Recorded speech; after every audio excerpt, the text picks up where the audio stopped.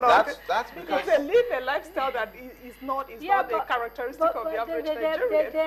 They're us, if you see what I mean. So if you sort of take a straw poll about sort of 10 Nigerians, what guarantee do we have that if you pick sort of 2 out of those 10 and you put them in positions of authority and responsibility, they will not immediately become, you know, that person. That's what everybody says. That if you get there, you're going to do worse. But I think Nigerians are becoming aware. You know? Yeah, but my biggest, so for me, when we have these conversations, and it's almost like you're sort of going around in circles, my biggest challenge has always been trying to understand what we need to do as a people to begin to change the thinking and the culture that means that actually the chances are, if the average person got to where they are, you know, they will do something different and not fall in line and carry on business as usual.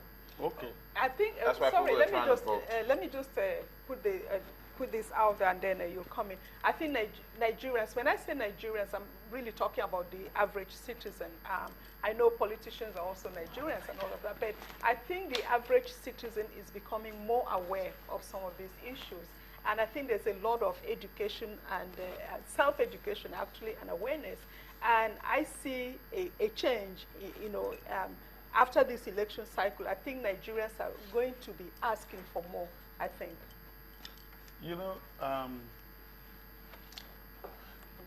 we talked about what we need to do as a people to change this situation.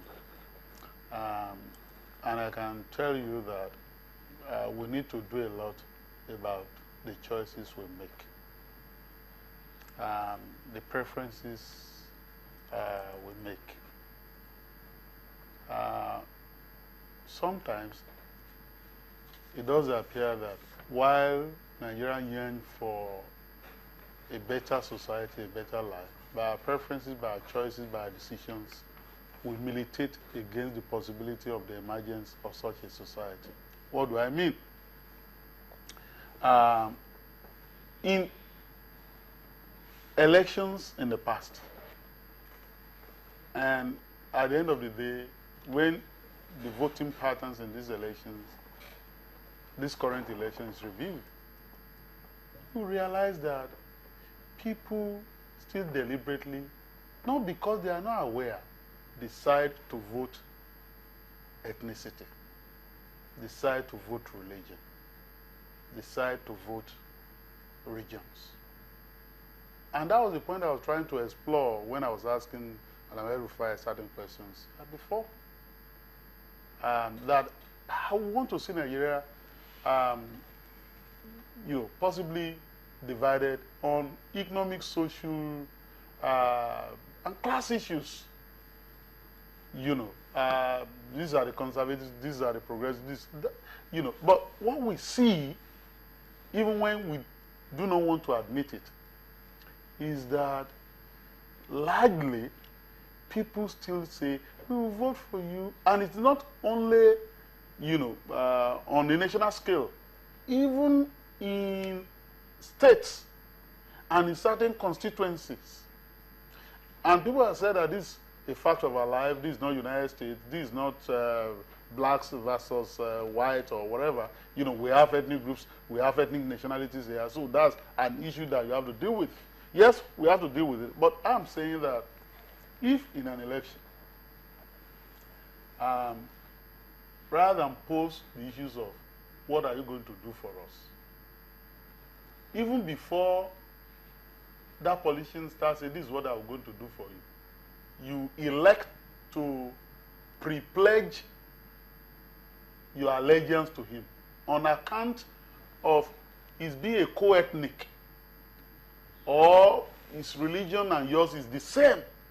But isn't this because traditionally the fault lines have been exploited by politicians for so long?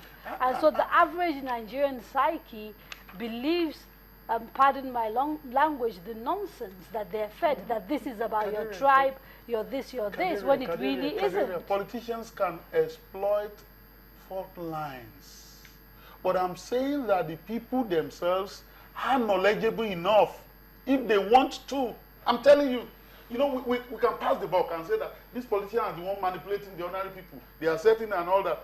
The ordinary people that I see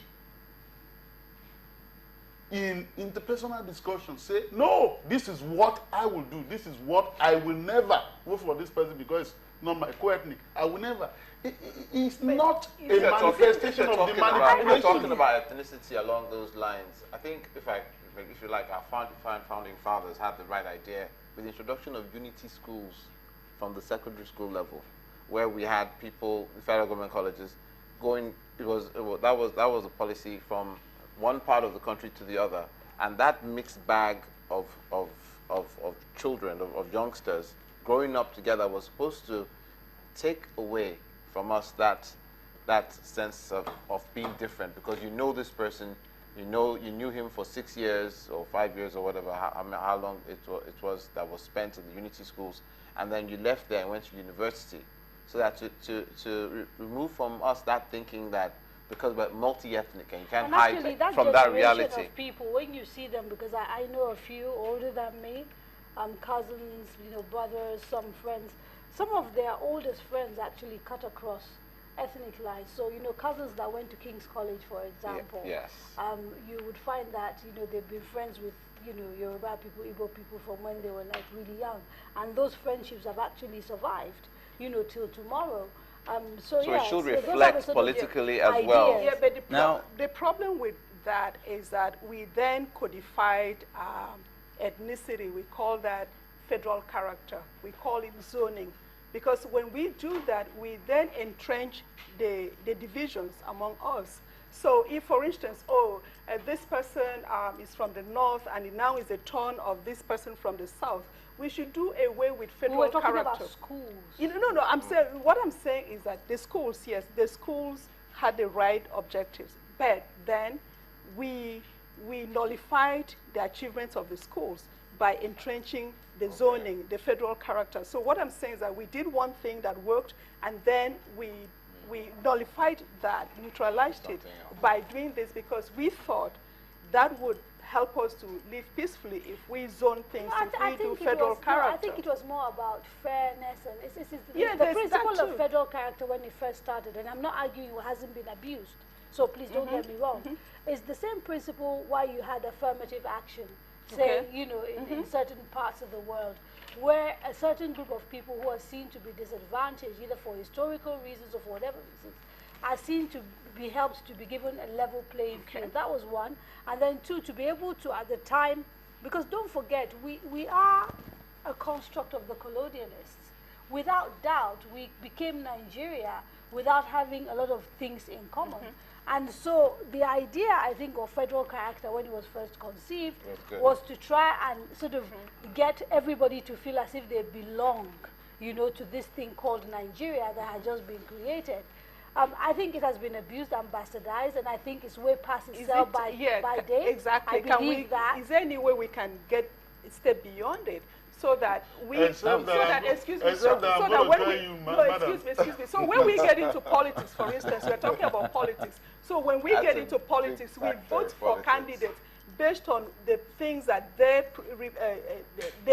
present to us, men, women, Hausa, Fulani, Yoruba, whatever, and not, the last president was Yoruba, therefore we can't. Even at the state level, in Akwa Ibom State, where I was born, the zone, this one came from this zone, So all of those things for me would say, because we think that helps us, that helps to unite us, but I think those things continue to entrench the divisions among us. I don't Sorry. think so. Okay. I don't think so. You want to Yes, answer? because a thought just occurred to me.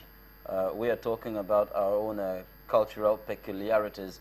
Now, let's cast our mind back a few years ago when I think it was former President Olusegun Obasanjo, while trying to defend the kind of democracy being practiced in Nigeria, actually advocated what he referred to as a homegrown democracy.